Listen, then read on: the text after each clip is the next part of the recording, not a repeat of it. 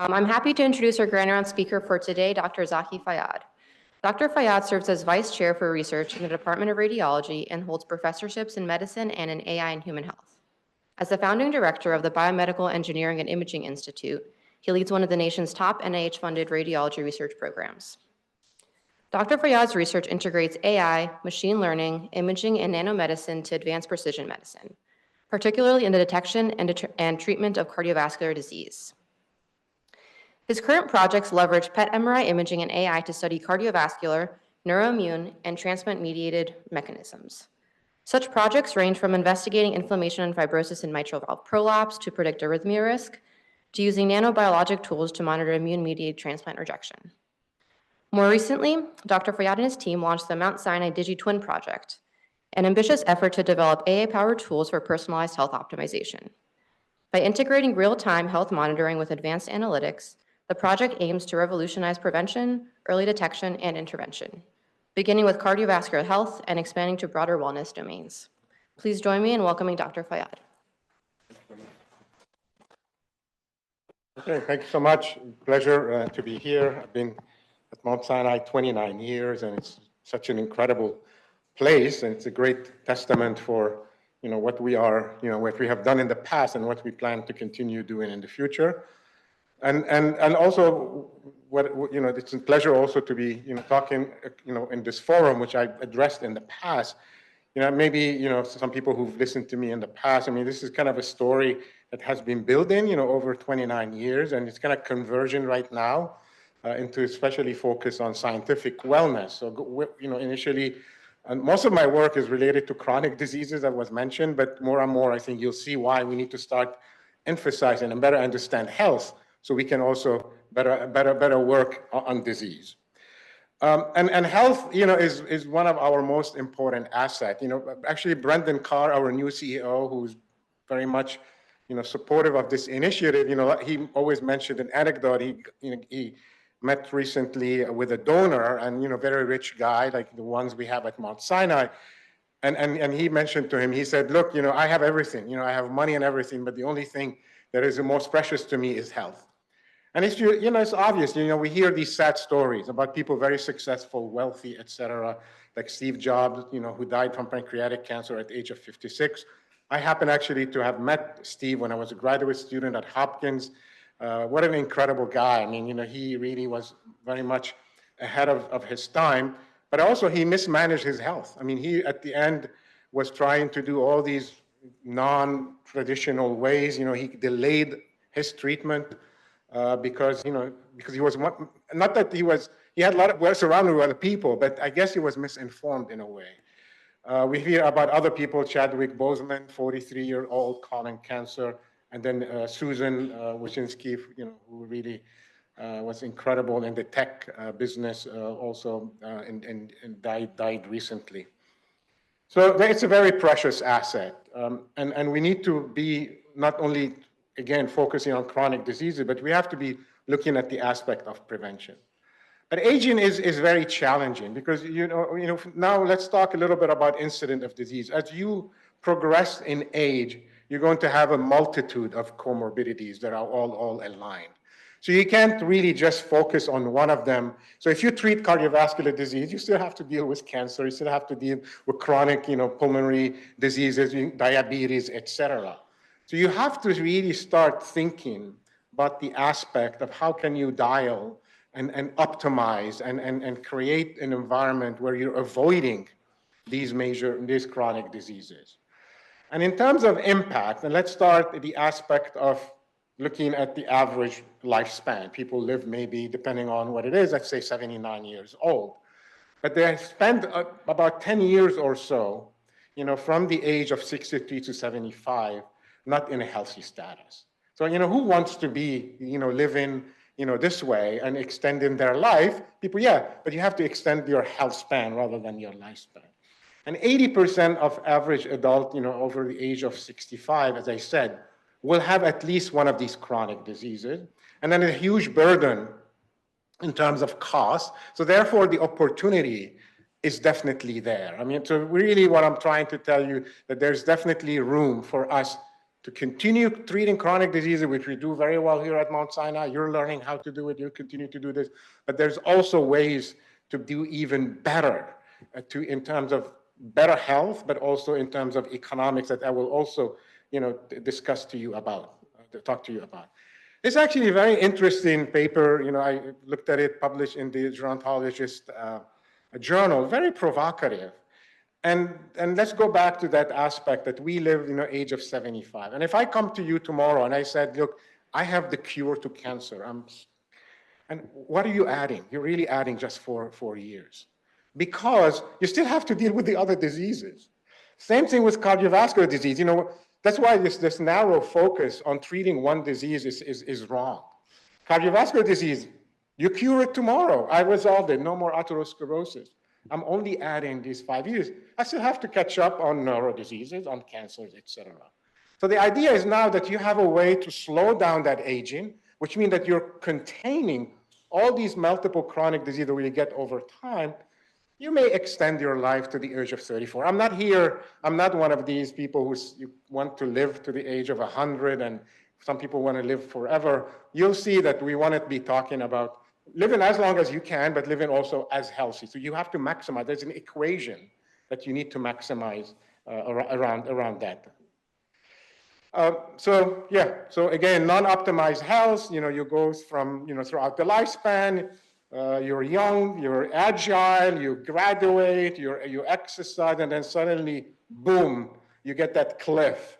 And now you're sitting there at your age, living, let's say, 10 years or let's say 8 years, whatever, in a terrible shape in the hospital, in and out, etc. So we want to condense that. And there's a great study that looked at across 183 countries, looked at and looked at how do they spend their lifespan versus their health span. And they saw that they spent an average of 9.6 years living with health limitation. We want to change that. I mean, that 10 year, or 20 or 15 years, we want to give give ourselves, as much health, as much life quality, and et cetera. And aging has a biology. People in the space of geroscience, have been looking at all these different, what they call them, different hallmarks of aging.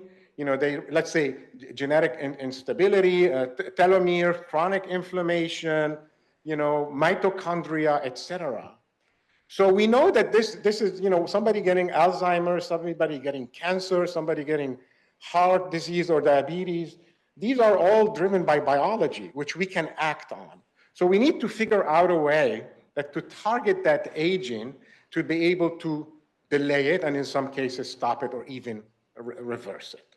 So there is biology. It's not, there's no, we're not talking, potions of things. There are things you can target, but we have to think about them in aggregate rather than in isolation. And now, I mean, a lot of people have been, talking about this, people in health economics, writing great books about this whole aspect of aging and extending life.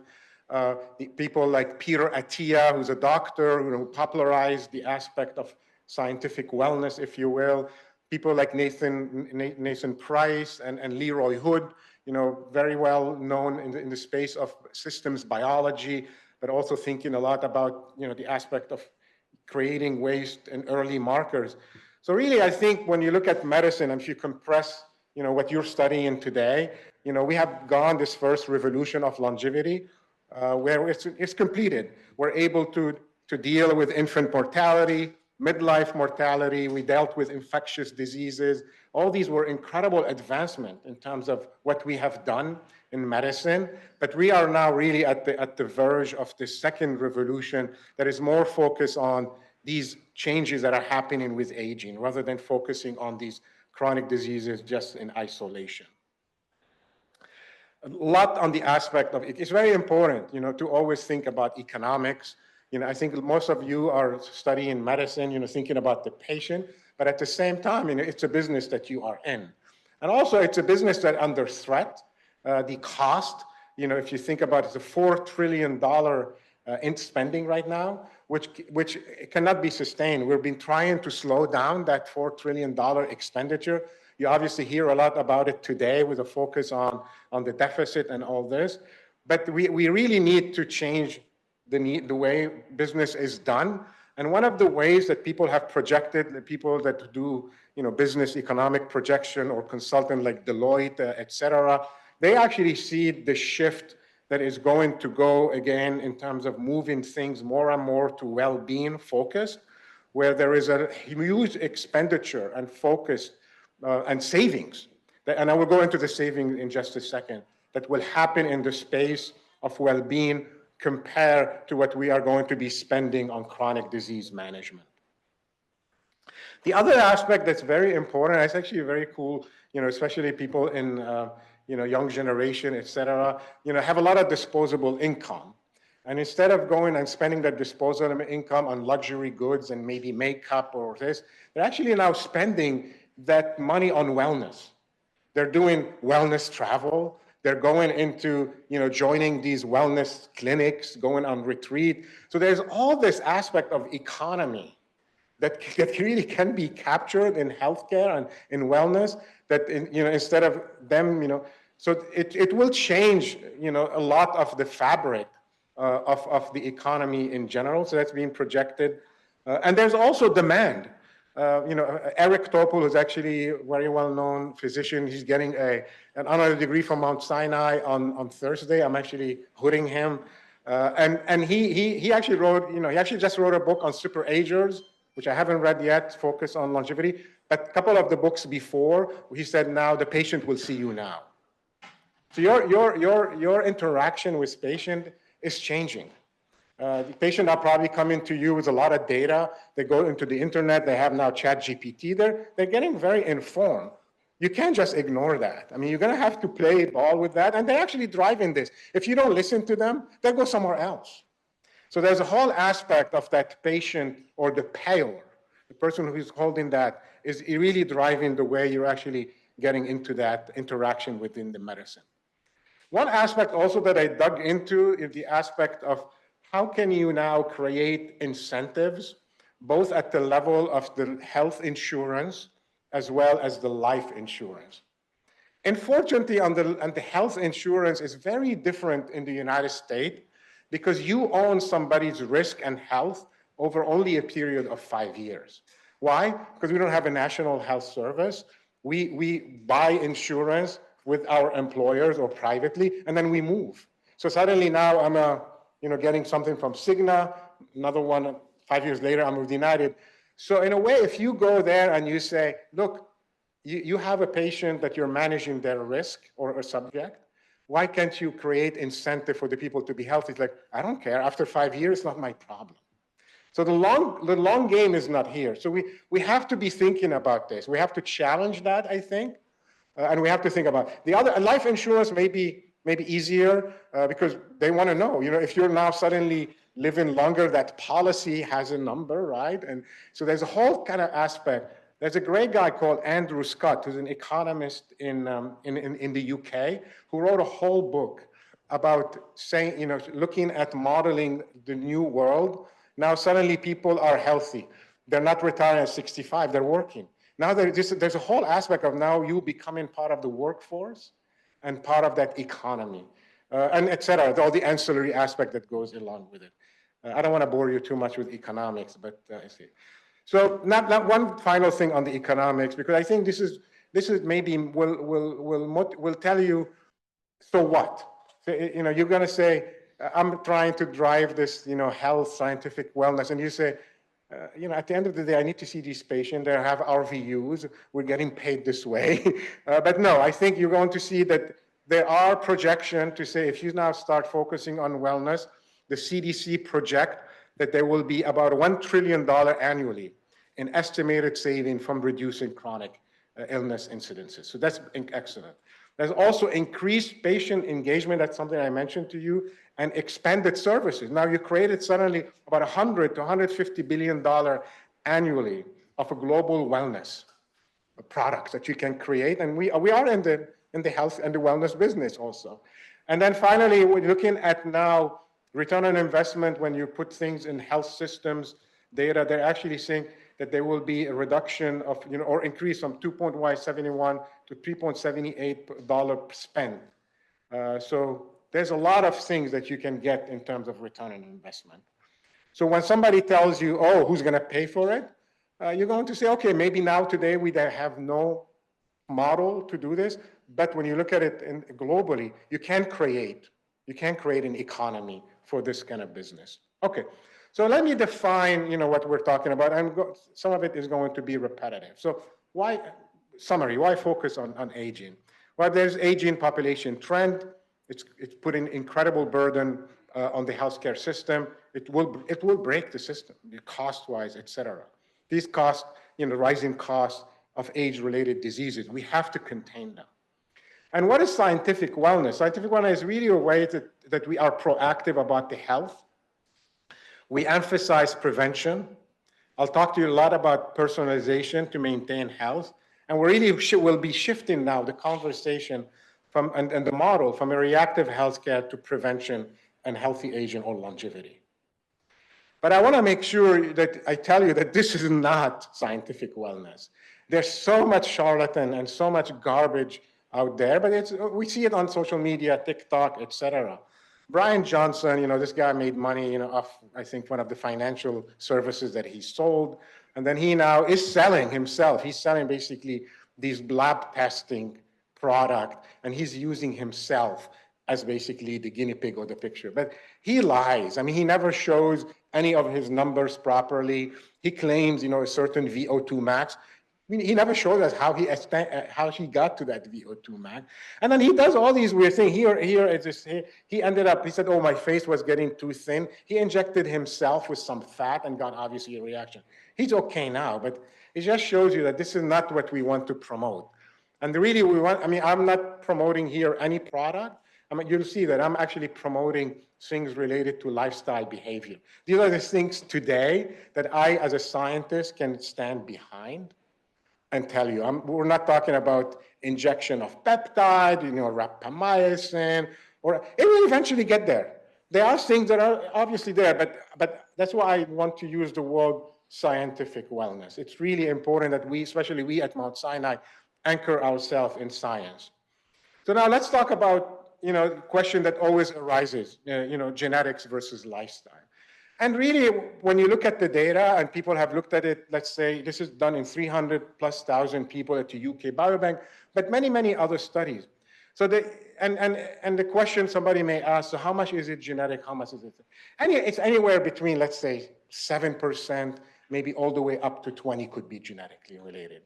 So you're talking about, 80 to 90% is really lifestyle. And this study here showed that people who optimized things such as risk factor that we know about, especially in cardiovascular disease, this is my background, smoking, alcohol, physical activity, body weight, and then we started to look into the aspect of sleep. Actually, the American Heart Association added sleep as one of the potential risk factors that you need to optimize, and then diet, and then showed that these favorable lifestyle, are much more important and much than the impact-wise than coming in from the genetic. Of course, genetic is important. You're going to have to test people, and you're going to, if somebody has a genetic, variant, and yes, you need to deal with that. But there's also this whole other aspect, this 80 to 90%, that you cannot leave also hanging. It's not enough. So this is now going to this lifestyle. Actually, AHA has done really well in terms of not focusing on, the classical risk factor, but started to add, as I said, sleep. They came up with a score called the Life Essential 8. They studied it over 700,000 veterans. This is at the US VA. And they looked at people who've adopted a combination of these 8 healthy lifestyles, significantly reduced their mortality risk and increased their life expectancy. So they looked at 24 years in terms of male and 20 years in terms of female, compared to people who have no healthy practices. So again, easy things, and I will go over them, but if you optimize them, then you're really now having a way to be able to optimize and promote, let's say healthy thing. One that we always get asked, and it's really difficult, that's why I wanted to highlight this. This is done by Ornish, sorry, I misspelled this. He's very well known, one of the fathers of functional medicine, if you think about the space of wellness. And he's been obviously published many books about cardiovascular disease and diet and optimizing this. And he recently published a paper looking at people in terms of the progression of cognitive impairment, early dementia due to Alzheimer's. We know today there's no treatment for Alzheimer's. We've been fighting and looking for it. But he looked at this very intensive way of optimizing lifestyle interventions. So I will walk you through that. Diet, whole foods, minimally processed, exercise, aerobic and strength exercises, greater or less than, 3 times a week. Stress management, and I will talk to you about stress because this is one of the first stressors or lifestyle behavior that I've been studying now for over 12 years. Sleep, and then he threw in the supplement, and I wish he did not, but somehow he did optimize that, and you cannot tease it out, but this is what he did. But these are critical because he used real markers. People who work in neuro diseases know that we can measure cognitive improvement. So he used measurements that are well accepted.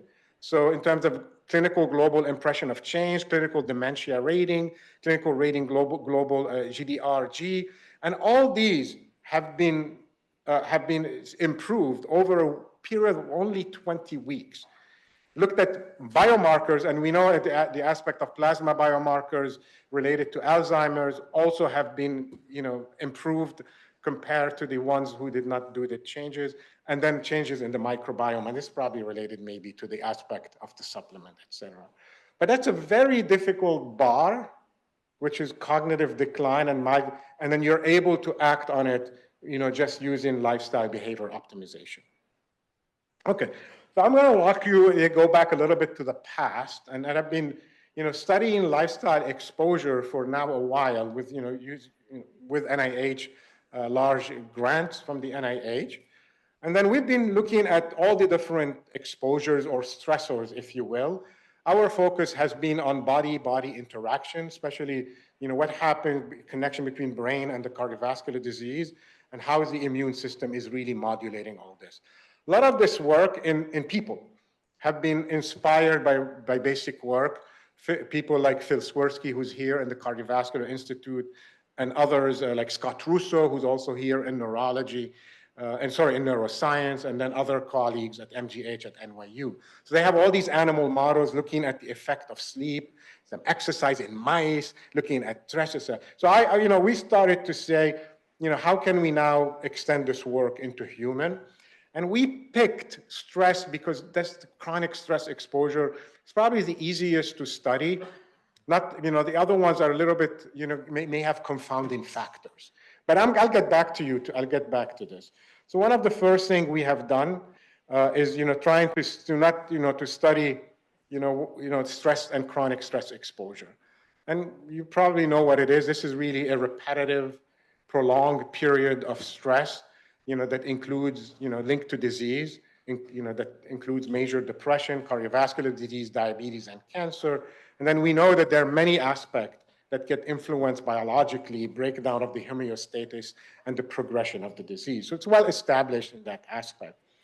But we also looked at, it's different than acute stress. Acute stress is what's happening to me right now. I am talking to you, my heart rate, is a little bit elevated compared to what it should be at resting. Yeah, it's 77, I'm usually at 57, so yes, I'm a little bit, maybe when Cap maybe asked me a question, I'm going to get, a little bit excited, but I'm able to go back to it, especially all of you here, you're used to this exposure of stress, but you're able to manage it. So that's okay.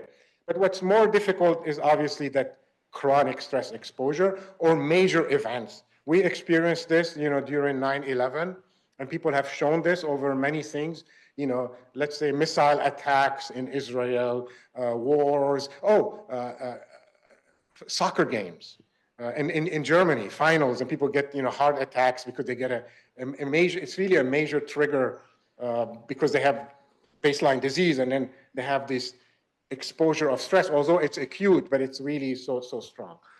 So we know that people with PTSD have an increased risk of other diseases like myocardial infarction or stroke. And then there are different areas in the brain that modulate this. We know one of them is a central component, which is called the amygdala. This is what really is modulating, or managing our stress network, this fear, anxiety. It could come from, all these different things, spousal or, relationship issues, problems at work, financial, and then abuse. And people have looked at the relationship with imaging. That's what my area of expertise. I'm not going to bore you too much in the detail, but there are ways to study metabolism within the brain using fluorodeoxyglucose. You may have heard of it in looking at patient with cancer. That's what we use today to monitor cancer, or one of the ways. But it also gives you a way to study how energetic is the cell, and you can see the activity of it.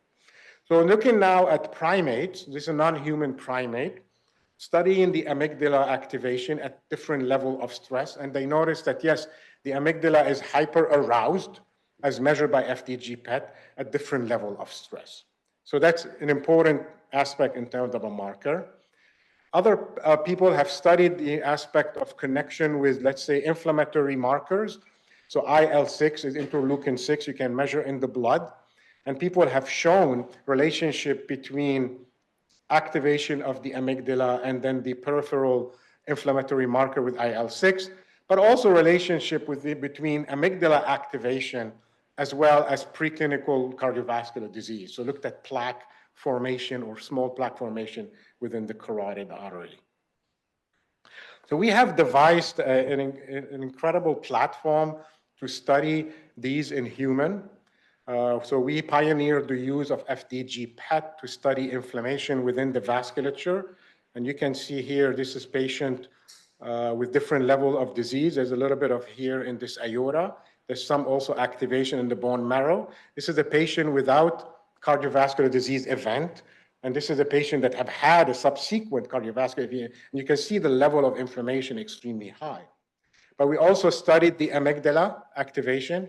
So we shown that these two patient population, that the level of cardiovascular disease increases your amygdala activation. So this is really a first observation in man. So we correlated the amygdala activation with the perceived stress scale, similar to what people have done in non-human primates, so that's a check.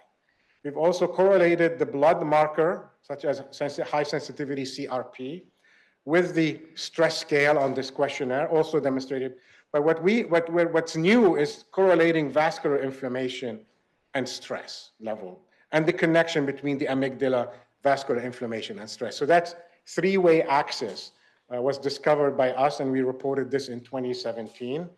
And we've launched a very large study, and we concluded the first 5 years of it, where we looked at 3 different groups, people who have been exposed to trauma, and they've been selected from our lab here that manages depression and trauma, and shown to be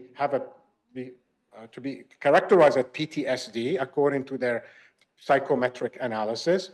Another group that have been exposed to trauma but has been resilient, so their scores, somehow they're able to manage that, and they're considered to be basically the trauma control resilient group, very interesting group, and then finally healthy. And this is activation or area of the brain, and notice the dose response, beautiful. So the group PTSD, very high activation, the trauma control less, and then the healthy, It's really nice to be able to see that. And we've also mapped the different circuits in the brain and shown how this connectivity has been disrupted in the different groups compared to the control or to the resilient. So we published, a series of papers on this, discovering the connection between stress exposure, brain, immune system, and cardiovascular disease. We continue with this work, but we also done something that I call little vignette or little fun stuff. The first one was related to exercise because it's one of my passion. So we've done the same work trying to evaluate the effect of exercise and intensity of exercise. And you can see there's a dose response. That exercise actually has a very positive effect on dealing with your activation of your amygdala. There's a lot going on in terms of blood flow increase in a positive way, but it also makes you calm and happy. So a lot of you exercise will know that feeling. I'm totally high right now. I did my exercise on the bike today.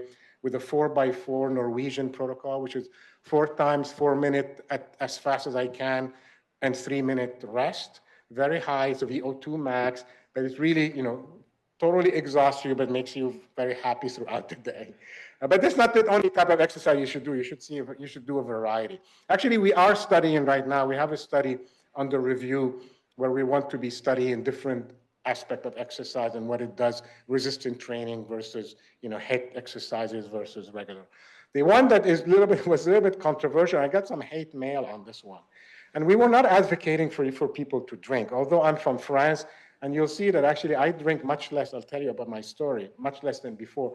But there is some interesting aspect about it. It's not really alcohol related. I think it's what alcohol brings to the table, if you will, is that social interaction. And of course, too much alcohol is terrible for you. Don't go there. But if you drink in a moderate aspect, and I think because you create that connection, not by yourself, I think you should drink with other people. You will make yourself calmer, and you will be happy. And we can demonstrate this. We never submitted a grant on this because this will be totally killed. I got hate. People on Twitter, attacked me, thinking that I'm advocating for the alcohol. Anyway, okay, let's go back now to the most recent project, and I'm also love this word, this saying by the poet, author Odin. I mean, we are in an industry that does not understand its gold standard. I mean, unfortunately, we don't study health. I mean, we study disease. So we don't know. I mean, in general, we have not looked at normative values because we don't look at measure people, from the beginning, unless there is some project that you're in. But so it's not part of the practice. And it's bad because how can you actually understand disease if you don't understand what normal is? And these trajectories of going from healthy to early signs of unhealthy are very critical because you can act on them. And I will talk to you about that. And in order for you to be able to understand health, you're going to think a little bit about how people do in industry. You need a lot of sensors and a lot of measurement. And I'll take 2 examples. I stopped using the Tesla example, the car, although I own a Tesla and I like the company, but anyway, I'm not gonna go there.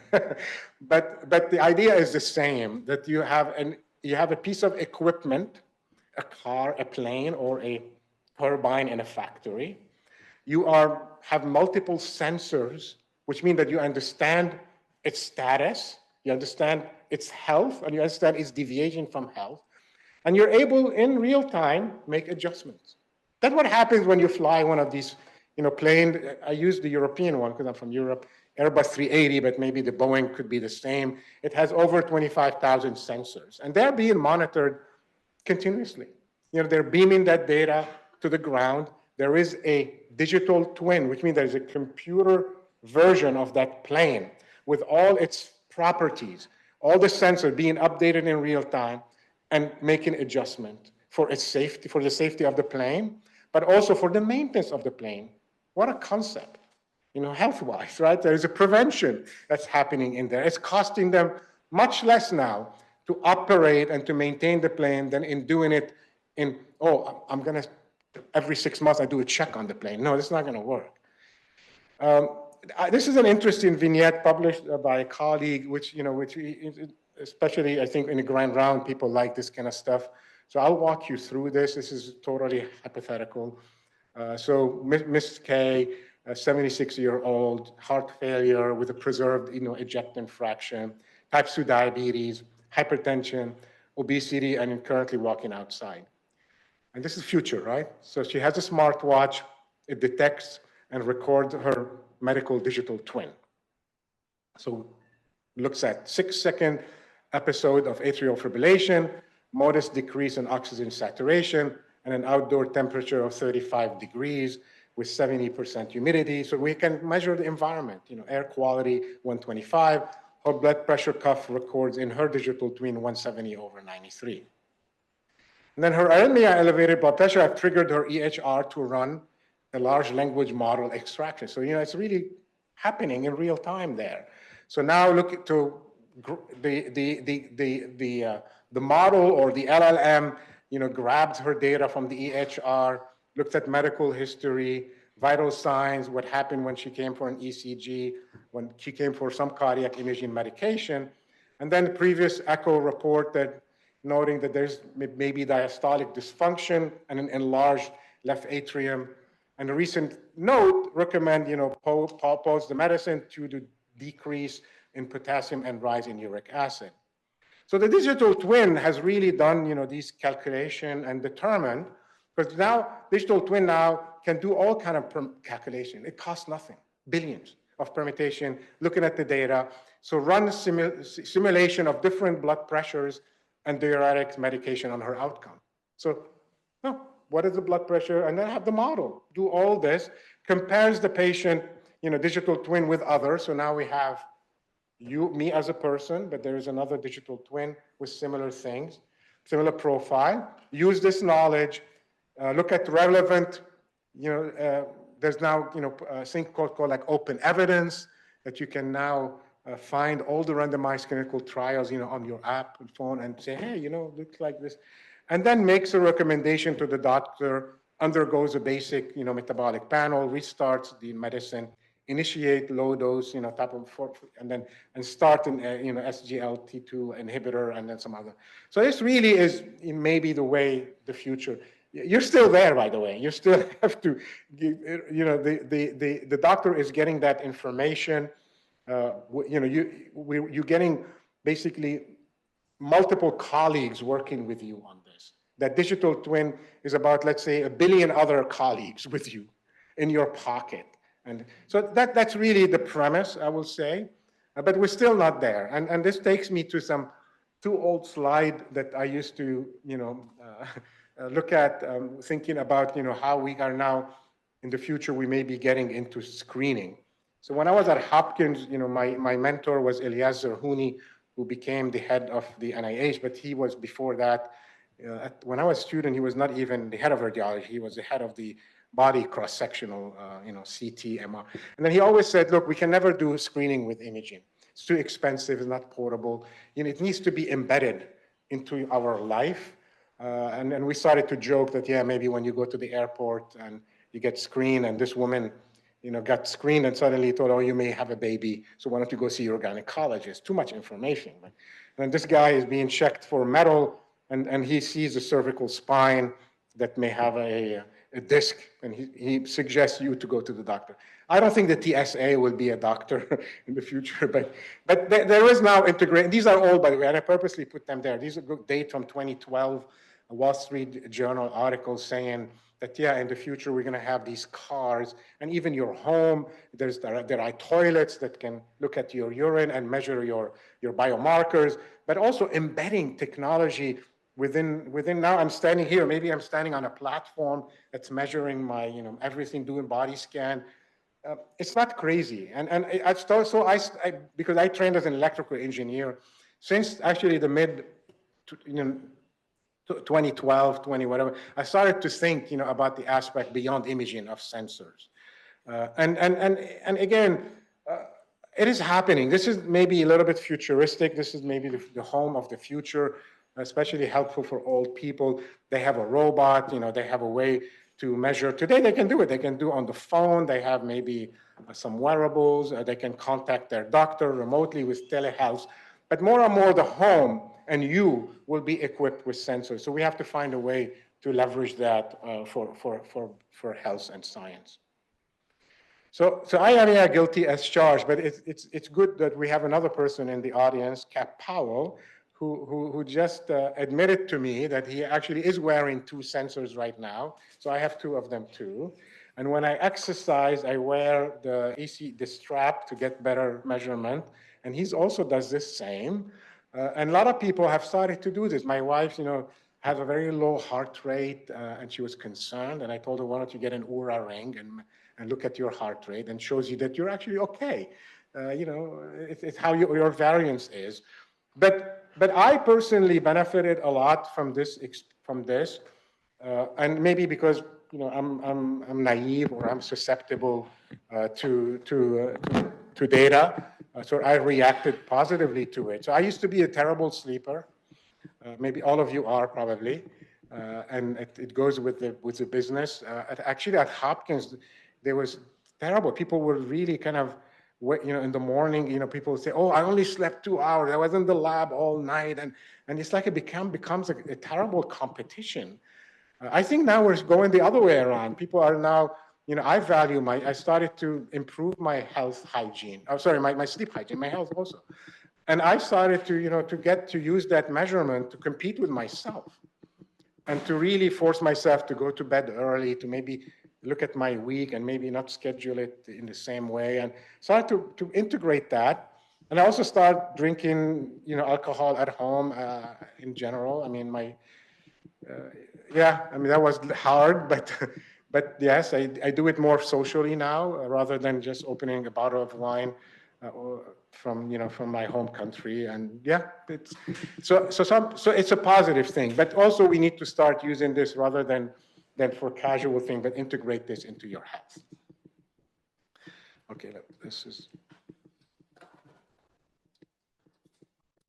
Can you advance the slide for me? This one, gets stuck because of the data. Is somebody in the back?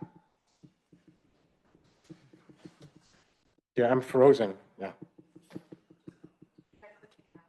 Yeah, I did. Oh, okay. So let me skip this and go to this one. Okay. Two quick things, and this is important, that the aspect of, maybe talking about this, it has to be personalized. And adopting, let's say, a certain type of lifestyle behavior, either related to exercise or diet, are also, personal, because they do make so many changes in your body. A lot of proteins, if you look at from the different metabolomics, measurement, lipidomic, et cetera, they all get altered in a very complex fashion. And they may be very different for you compared to another person. So certain type of exercises, endurance versus resistance, may be more beneficial to one person versus the other. And the same thing occurs with diet. What should you have in the morning? Cereal, should you have protein? Should you skip your breakfast, et cetera? All this, I think, have different ways on reacting. And it's actually very interesting now that we've introduced continuous glucose monitoring for diabetes. These devices are becoming now consumer facing. And a lot of people start using them to just see the reaction of the different type of spikes they get according to the food. And they also started to use them in ways to have people manage not only their diet, but also the type of exercise they do. So they do have very important measurement that you can optimize. So many people looked at this and they show that there are some ways you can change your glucose and improve your glucose if you avoid certain type of food or also do certain type of experiment. So beyond the whole diabetes experience, translating that to optimize lifestyle behavior is also possible. We've also gained a lot of experience during COVID, and I collaborated with CAP and others, in terms of deployment of wearables in our healthcare workers to better understand, can we detect, infection before you can manifest itself? So we've shown that. We've also shown that you could assess the mental health and resilience of the people wearing these devices, and also deploy, some, digital tools to manage stress and well-being. So this experience, I think, carried and helped us really kind of start thinking bigger in terms of expanding that to the general population. And at the same time, we've also recruited faculty member here at Sinai that built their own lab to put together novel wearables. So we gained a lot of experience, not only looking at commercial product and validation, but also building our own and deploying them. So YSK is a faculty member, collaborates with CAPS group in pulmonary medicine, looking at people in sleep apnea, and other aspects. Okay, so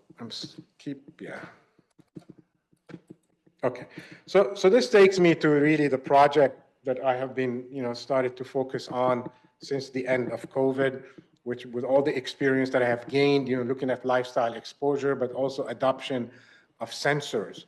And really what we want to try to see, if we measure things and try to measure them early, can we act on them also at the same time? So the digital twin study is a prospective study where we, invite people to participate. We give them an app where they can enroll, get some health history, mental health, lifestyle via questionnaires.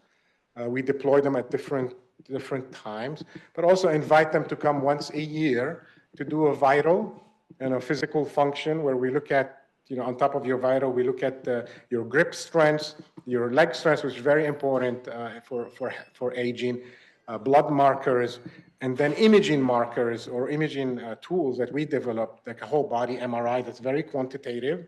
It's different than what people use in screening. This is really quantitative, multi-organ. And a new device that looks at your retina for a very quick assessment of your general health. And then we deploy, we give the people, show them how they could do measurement at home. And I will show you blood measurement. We do genetic testing once a year, but also things related to the gut and the oral microbiome, and a whole series of devices. So we have about 7 devices that we deploy. The Oura Ring, because it could be anything, but we have access to the data. We signed an agreement with Oura, so we can get these continuous vital activity and a lot of measurement. A weight scale, easy, you can jump on it. We get the data on the cloud. Blood pressure measure you could do at home. A glucose monitoring 2 weeks every quarter, because that's how you deploy it. Lung function, which the pulmonary medicine group have a lot of experience with it, spirometry done during COVID, and this is a great way to get that. Another aspect related to exposomic, there's a device that you put on the table, get 2.5 ppm stuff, simple, but you can get indoor monitor. And chemical exposomic, our group here at Sinai is very strong, where you can take a silicon band, chemically treat it, and it can capture all the chemicals that you're exposed to, and they do mass spec on that. Very well validated. Lauren is one of the top exposomic experts here with many other people in here. And then I've actually spent a lot of time thinking about the blood extraction. I didn't want people to send somebody at home to stick you with a needle. I want to be thinking of the future, how people can collect data in an easy way. So there are a lot of technologies now. This is not, what is it called, that company that faked it? Theranos, yes, it's not Theranos. The idea was right. The execution was theft. So now there are a lot of ways that you could extract dry blood in cartridges. So that you can get, this actually gets you into the shoulder. You get 2 cassettes, 75 microliter each shoulder. So you get 150, 150. And we created a pipeline to do all analysis from proteomics, lipidomic, metabolomic, and epigenetics. All validated. So you can do this at home, ship it in an envelope very easy. And recently also I validated another one, which I did not because I added it recently. Instead, and this is helpful to do all panels from all the lipid panels, hormonal panel, metabolic panel, and you do it with finger pricks. Very easy. Me and my wife validated this secretly without telling the company. And then I also deployed it in a pilot study just to see how does it compare to the regular labs. So we'll be deploying that, the company called Cyfox. So this takes us to a very modern way of data collection. We'll skip this. Yeah. And then finally, what are we going to do with this? This study is going to run for 2 years just in data collection mode. But after 2 years, we have an AI model that we've been very, very complicated. I'm not going to go into it, but it really relies on this AI agent that are now very popular. And now after 2 years, we start building the digital twin model for every participant that we have. And then the idea is that we will be getting now into the next phase of the study, which would be optimizing lifestyle behavior. So once you have the digital twin, I can now run multiple billion of calculation, optimize diet, sleep, exercise, and then mental health. And then give you a recommendation in the morning as you wake up and say, hey, look, I want you to maybe do this kind of exercise or take these extra steps, have maybe 50 more grams of protein because your profile looks like you will benefit, sleep an extra half an hour or so, and then get you into the mental health aspect, exercises, etc. So this would be more the phase 2. It's still not there. You know, the frame is here, but we first have to collect the data and build it. So that's why we're inviting people to participate. It's very expensive to run this study. So that's why we're taking, people who are participating are actually giving us money to be part of it as a way to give back, because it's about $15,000 to $25,000 a person for 2 years, because you're doing so many measurements. You may ask the question, is this how it's going to be in the future? No. I mean, I'm hoping that we are oversampling right now. I didn't want to undersample. I would prefer to oversample. And then eventually I will understand how much data I will need. And then obviously it will scale, the cost will scale with that. So that's really where we stand. If you're interested, you can reach out to me. We have medical students working with us, in terms of helping, especially on some of the testing and the modules, et cetera. And then we're happy to work with you. I'll finish with another quote. This one actually is interesting, from John F. Kennedy. And he said, it's not enough for a great nation merely to have added new years to life. Our objective must be to add new life to those years. So that.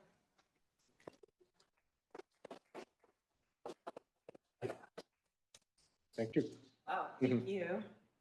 That's a fabulous talk. And as we have a few minutes for questions, Dr. Powell. Yep. Sometimes, Zahi, I'm not going to get you back to Carter. Uh-huh. So right now, when you open up your Aura app in the morning, there's a digital assistant. Correct. Gives you similar types of Yeah. recommendations. And that can be helpful, I would think. But as you think about this study in particular, and you think about the impact that individual may experience, and our traditional way of measuring outcomes, hard endpoints across populations. Yep. What are you thinking about what are you thinking in terms of what are you going to be the outcomes for patients? So this is an N of 1 type of analysis you will do. So it's not a group kind of stuff. And you are really looking at combining all these measures and plotting them and distilling them into trajectories. So you start, we've done some of that simulation, where now I take all that data I have. It's complex because the data has multi-scale here. An MRI, give you at a certain level, measuring your heart rate or heart variability has different scale. But there are ways that you could combine this. And if you think about it just from a graph point of view, that you have a trajectory, and then suddenly now you're here, and then suddenly you have that dip, and you want to be acting on that dip, and you readjust that. So that's what this simulation will do. Will tell us, this is how your trajectory is over time. How can I correct for this? And what are the things that I can act on if I now look at maybe 4 or 5 variables to optimize? When you get now on your app, either Oura, Garmin, et cetera, they're very generic. They have not studied, they're not collected data on you so deeply. They have few things that they're optimizing, but a little bit generic. You could ask ChatGPT now. It will give you, it's good. It's actually can give some, but they're not specific to you yet. Yeah. So just to follow up then, are there going to be measures of traditional outcomes, whether it be cognitive function tests, whether it be coronary artery calcification, whether it be exercise capacity that you look at? And then if so, in N of 1, what's the control? Yeah, so you are the control. You are the control. So that's why, you want to be looking at, yes, you will be looking at these traditional measures, but you're not also looking at them in isolation. And then you're comparing yourself to yourself. And how are you evolving over time? And we should be able to make that prediction, because we'll have a very powerful engine with a lot of data. It's not crazy. Omics, they have many data omics, measuring things in the blood, many data sets, even the UK Biobank, by the way. You could look at UK Biobank and just focus on their omics, and they can show that you could optimize somebody's health if you, let's say, improve these measures. They are indicative, but we still don't know which one yet. And that's why this is expensive today. Yeah. There's a few comments There's a few comments in the chat. So I think prior to presenting the project and the digital twin, Dr. Kraft asks, can you shed light on the right combination of exercise, sleep, alcohol intake for optimal wellness? Or how do we determine this for ourselves?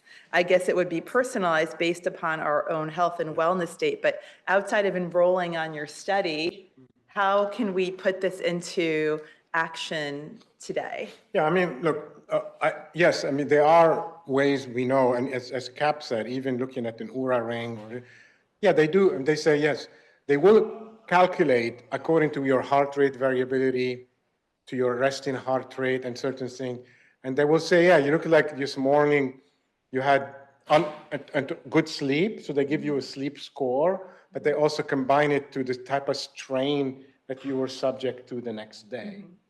So you could, I mean, it's not exact, but you could, look, right now, anything is good. I mean, if it gives you a recommendation to say, hey, look, you had a crappy sleep tonight, you know, maybe you'll be encouraged to go to bed earlier and improve that. If you're not a good sleeper also, it will force you to start to competing with yourself.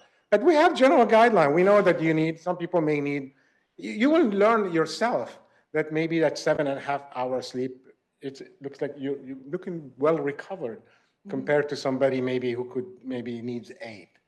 So it is useful. You have to be receptive though to that psychologically. So yeah. And I just, going back to the studies on the amygdala Yeah. and stress. So if say, you know, residents, fellows, you know, us were under constant stress. Yeah. So how much benefit does like a daily 30-minute session of exercise and maybe like a 10-minute like Peloton meditation, like how much does that benefit your overall stress and the stress Yeah, response? so that's actually a great question. And there are some tools available today. Actually, Ariana Huffington, who I interact quite a bit with, and she I don't know her, you know her story from the Huffington Press, but she actually had an episode where she totally got burnt out, fell, and she wrote a beautiful book about sleep and wellness. And she created a company now called Thrive, which is more focused on employees and people to how to manage and get these what she called micro steps and nudges during the day to be able to manage this. So yes, there are many ways. You know, exercise is kind of a miracle pill. If you're able to do this, if you're able to have connection with others, I mean, that social interaction is important. You know, to manage better your sleep. You know, I mean, all these little things, you know, do make a big difference, and especially for people like, yeah, the resident, the student, they have to create outlet where they're managing that. Yeah, we demonstrated it during COVID that you could. Now we trained these people who were super stressed out working in that ward, and we taught them how to do some of these breathing exercises and biofeedback using the phone. It just took 4 weeks of training, and then we measured again, and we noticed that everybody, you know, was moved from being stressed to more resilient score. So these tools can be implemented easily. Start simple, little by little. You get there, like anything in these, yeah. General question of like, obviously, like your work is more in like the research space, which I think is great because I feel like a lot of companies in this space are going to market already. Yeah. But I guess like when it actually comes to like implementation of this stuff, I feel like the question in healthcare is always like who pays for it, right? Yeah. So right now, like companies like Function Health, for example, like Imperial, like Yeah. they just bought like the big. I know, they just bought Azura, yeah. Yesterday. And that lowers the cost of like a full body MRI from like to $500. But that's still not accessible to like, No. you know, people we see in clinic. That's correct, yeah. And so I guess my 2 questions are like, one, like this is like really great research and I think something so important to look into, but then how do you make it actually, Yeah. do you think How you it's scale it, right, scalable? yeah. And then like secondarily, just like a general question is like, at least, you know, like you said, like data is always good to know, like, oh, you had that night's worth of sleep or whatnot. But I guess if the end result sometimes is always like, you need a better diet, sleep, and less stress in your life, is it just like mostly like for the motivation aspect, or like how do you think about that when maybe talking to patients who aren't in like the worried well, like maybe like a lot of us are in the worried well category versus like someone that's like CKD and heart failure and like COPD and all these things going on. You know, Yeah. Okay. I mean, there's a lot here. You meant maybe start on the other end. So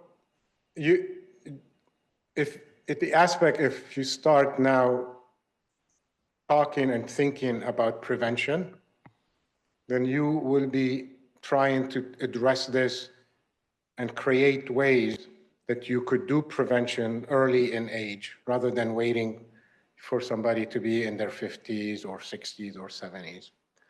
So we have to find a venue for this.